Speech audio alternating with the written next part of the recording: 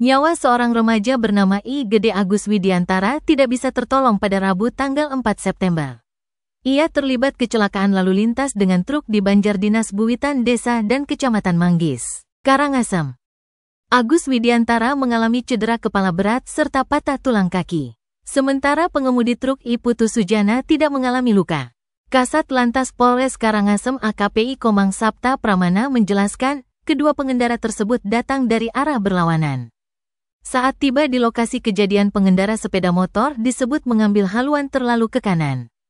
Saat itu truk yang dikemudikan Sujana bersamaan datang dari arah berlawanan sehingga terjadi laka lantas tersebut. Agus Widiantara sempat dilarikan ke Puskesmas Manggis 1 untuk mendapat penanganan.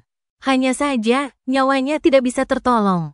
Akibat kejadian itu, kendaraan yang dibawa oleh Agus Widiantara mengalami kerusakan. Begitu juga truk yang dikemudikan oleh Sujana. Total kerugian material diperkirakan mencapai 5 juta rupiah.